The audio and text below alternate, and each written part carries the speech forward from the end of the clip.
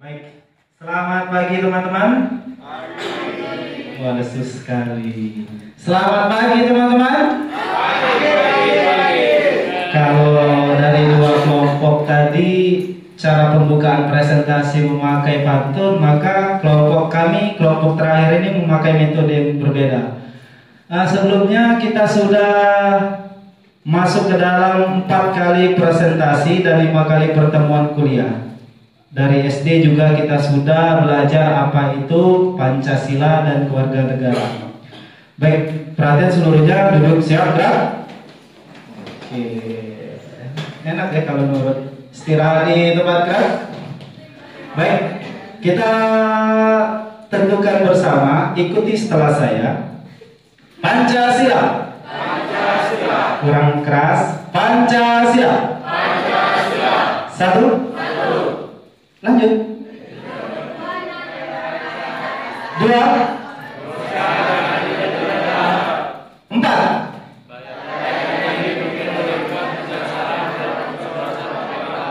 2.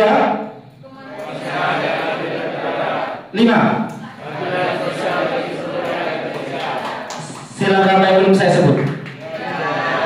Apa itu sila 3? Baik, terima kasih tepuk tangan untuk semuanya. Assalamualaikum warahmatullahi wabarakatuh. Karena tadi saya belum mengucapkan salam dong, hanya selamat pagi. Karena kita sudah mau masuk ke materi, mengingat waktu yang tinggal sedikit. Perkenalkan, saya sebagai moderator, nama Ahmad Dermawan. Sebelah kiri saya Mbak yang cantik Hani Rida selaku apa Mbak? Apa masih Mbak Rida tadi? Oke. Di sebelah Mbak Rida saya perkenalkan mas-mas ganteng namanya Khairun Sakur, bisa dipanggil Steve. Selaku pembahas 2. Dan yang terakhir, udah kita kenal semua ini siapa? Pandu Ardian Saputra selaku penyaji kita pada kegiatan presentasi yang terakhir ini. Oke, perkenalan sudah, pembukaan sudah. Ada yang belum saya sebut? Siapa tuh? Karena biasanya juga kamera itu di belakang. Iya betul. Oke, lanjut. Kita perkenalkan dulu. Namanya Gede Cahaya Widyandika, kamera ganteng, kamera tertinggi pada 4 sesi pertemuan presentasi kita. Lanjut Mas. Pancasila dalam video ujian skripsi Imade Sutresna Panji Yuda Bendesa Mas. Dari judul saja sudah beda dari 2 kelompok yang lain. Marilah kita saksikan tampilan dari penyaji kita pada kesempatan yang baik ini. Kepada Mas Pandu kami bersiap. Silakan.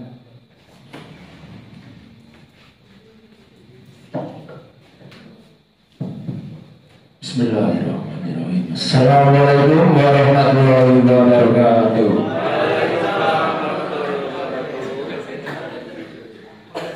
Selamat pagi, salam sejahtera untuk kita semua. Salam Om Swastiastu, Namo Buddhaya, salam kebajikan. Yang saya hormati Bapak Aris Diana selaku dosen pendidikan kewarganegaraan. Mohon izin Bapak. Dan teman-teman sekalian yang saya banggakan, kali ini kelompok kita akan membahas implementasi Pancasila dari skripsi Imade Sutresna Panji Yuda Bendesa Mas. Yang pertama adalah lambangnya. Udah pada tahu kan pasti, kalau nggak tahu kebangetan ya.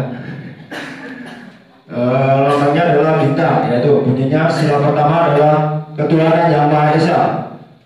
Ini dilambangkan gambar bintang kuning 5 sudut dengan latar belakang hitam di tengah perisai yang disematkan pada dada burung Garuda Pancasila. Next Mas. Sila kedua udah pada tahu kan tadi kan? Nggak usah saya ulangi lagi ya. Next Mas.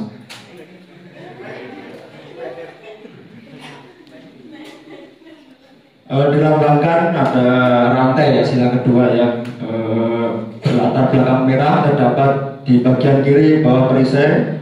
Rantai tersebut terdiri dari mata rantai berbentuk segi 4 dan lingkaran. Sila ketiga dilambangkan oleh pohon beringin, berada di bagian kanan atas perisai. Pohon beringin melambangkan tempat berteduh atau berlindung, keabadian, kekuatan, dan kesatuan. Sila keempat dilambangkan oleh kepala banteng. Bunyinya adalah kerakyatan yang dipimpin oleh hikmat kebijaksanaan dalam permusyawaratan perwakilan, yang diartikan kepala banteng tersebut adalah tenaga rakyat dan simbolis dari banteng sebagai hewan sosial yang suka berkumpul. Sila kelima, bunyi sila kelima adalah keadilan sosial bagi seluruh rakyat Indonesia. Sila kelima dilambangkan dengan padi dan kapas yang melambangkan kemakmuran dan kesejahteraan. Contoh implementasi sila pertama pada video skripsi adalah seorang penulis atau peneliti memerlukan banyak referensi terdahulu seperti riset yang sejenis sebagai perbandingan. Next, Mas. Contoh implementasi sila kedua. Uang ganti rugi dapat digunakan untuk melanjutkan pendidikan sampai ke perguruan tinggi. Untuk implementasi sila ketiga adalah poinnya adalah social safeguard, adalah perlindungan kebijakan sosial yang dilakukan di setiap pembangunan infrastruktur untuk melindungi pihak yang terdampak negatif. Contoh implementasi sila keempat, penguji mengharapkan seorang peneliti mahir dalam menyampaikan gagasan yang dimiliki agar benar-benar bermanfaat bagi pembaca. Contoh implementasi yang kelima adalah pemanfaatan uang ganti rugi sudah menunjukkan pemanfaatan yang produktif dan diharapkan mampu memberikan pendapat kepada masyarakat untuk memenuhi kebutuhan.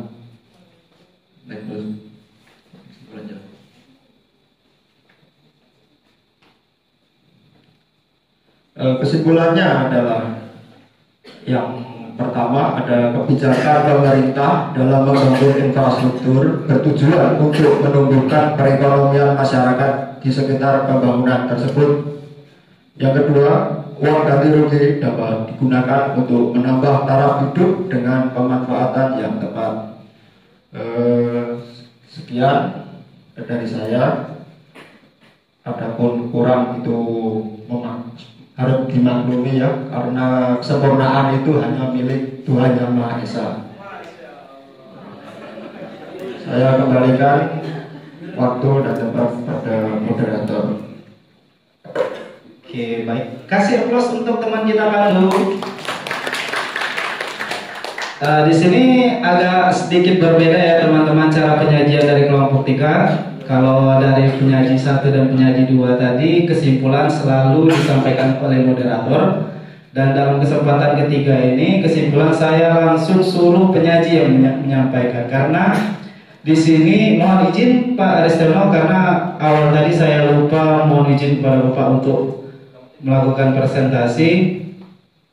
Karena sebelum kita tutup acara ini, saya ingin menanyakan implementasi atau aktualisasi dari rekan taruna maupun taruni dari kelima sila Pancasila yang dialami khususnya pada hari ini saja. Ada yang berani angkat tangan? Ada yang bisa menceritakan implementasi dari kelima sila salah satu saja yang dialami pada hari ini? Ayo, taruna-taruni. Kalau tidak ada, kembali ke moderator. Boleh? Ada yang berani? Ayo, mumpung disaksikan sama Pak Aristiono ini. Ayo. Ayo, ada yang berani nggak? Oke, saya pancing dulu. Ini apa namanya? Topi apa? Salah. Ayo, ada yang bisa jawab topi apa ini? Topi lapangan. Ya, topi lapangan gunanya untuk apa? dipakai pada saat waktu pemukulan. Selain topi lapangan khusus taruna, saya tanya yang taruna, selain topi lapangan kita punya topi apa lagi? Mut, pet, hanya itu. Ya, hanya itu. Kenapa saya bawa topi ini pada presentasi kali ini? Karena topi saya dan rekan saya Ragil termasuk di kelas ini adalah topi terakhir atau dua terakhir yang menerima dari koperasi. Karena apa? Karena kelewat dijahit. Nah, ini adalah bentuk implementasi dari sila keempat. Sila keempat atau sila kedua? Siapa yang jawab kedua tadi? Siapa? Kalau boleh tahu apa alasannya Pak Eva? Lebih tepatnya sila kedua, karena apa? Karena rekan-rekan saya berjumlah 38 orang sudah menerima topi, yang mana atribut ini adalah atribut wajib yang disiapkan oleh lembaga. 37 ternyata. Ya, satu orang juga belum. Nah, termasuk berarti ditunggu aja untuk implementasi sila keduanya, Bang Fabio. Karena keadilan bukan? Kemanusiaan yang adil dan beradab. Baik, sekian presentasi dari. Gak ada yang berani kan? Saya tutup ini. Gak ada yang berani. Mohon izin Pak Arisano, sepertinya tidak ada yang berani nih Pak untuk menyampaikan bentuk dari implementasi kelima sila di dalam kehidupan sehari-hari, khususnya pada hari ini. Ada tambahan dari rekan-rekan saya? Baik. Terima kasih atas perhatian dan keikutsertaannya dalam presentasi kelompok 3. Mohon maaf bila ada kesalahan yang menyinggung baik disengaja maupun yang tidak disengaja. Kami akhiri dengan Assalamualaikum warahmatullahi wabarakatuh. Kami kembalikan kepada Pak Rizal. Pembahas masih ada waktu Pak? Masih? Oh yes, saya buka lagi. Mohon maaf teman-teman. Ya, pada pembahasan itu saya persilakan untuk memberikan tanggapan terkait dengan presentasi.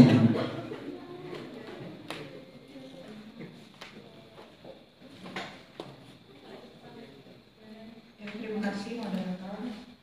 Dalam presentasi ini saya mau menanyakan kepada peneliti. Yani, dalam contoh sila yang pertama ini kan seorang penulis atau penulis memerlukan banyak referensi terdahulu seperti hasil riset yang sejenis sebagai perbandingan. Nah, dalam hal ini tolong dijelaskan kenapa bisa masuk dalam sila Pancasila. Baik, pada saudara Pandu kami persilakan.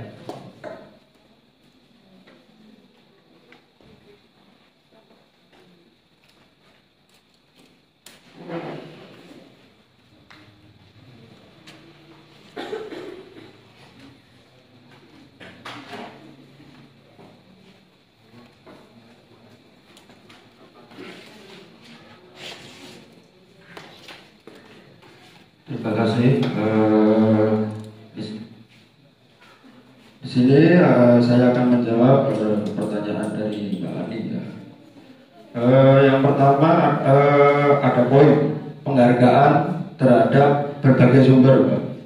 Dijelaskan seorang penulis yang mengkaji topik tentang agama dan etika dapat mencantumkan referensi dari berbagai tradisi keagamaan. Dengan demikian, mereka menunjukkan rasa hormat terhadap keyakinan dan nilai-nilai yang berbeda, mencerminkan pengakuan atas keberadaan Tuhan Yang Maha Esa.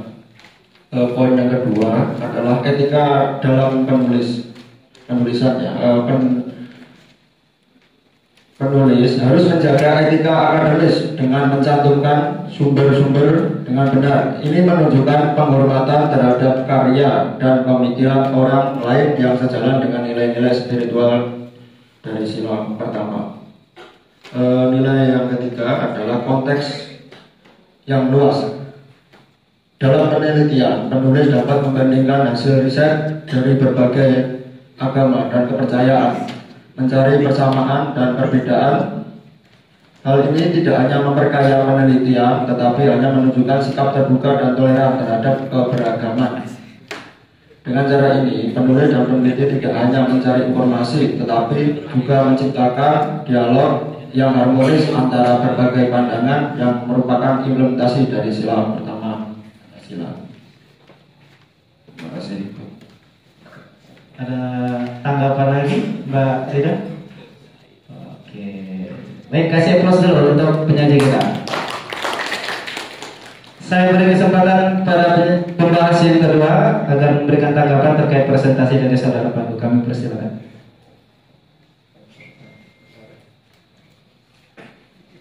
Baik, terima kasih waktu yang diberikan.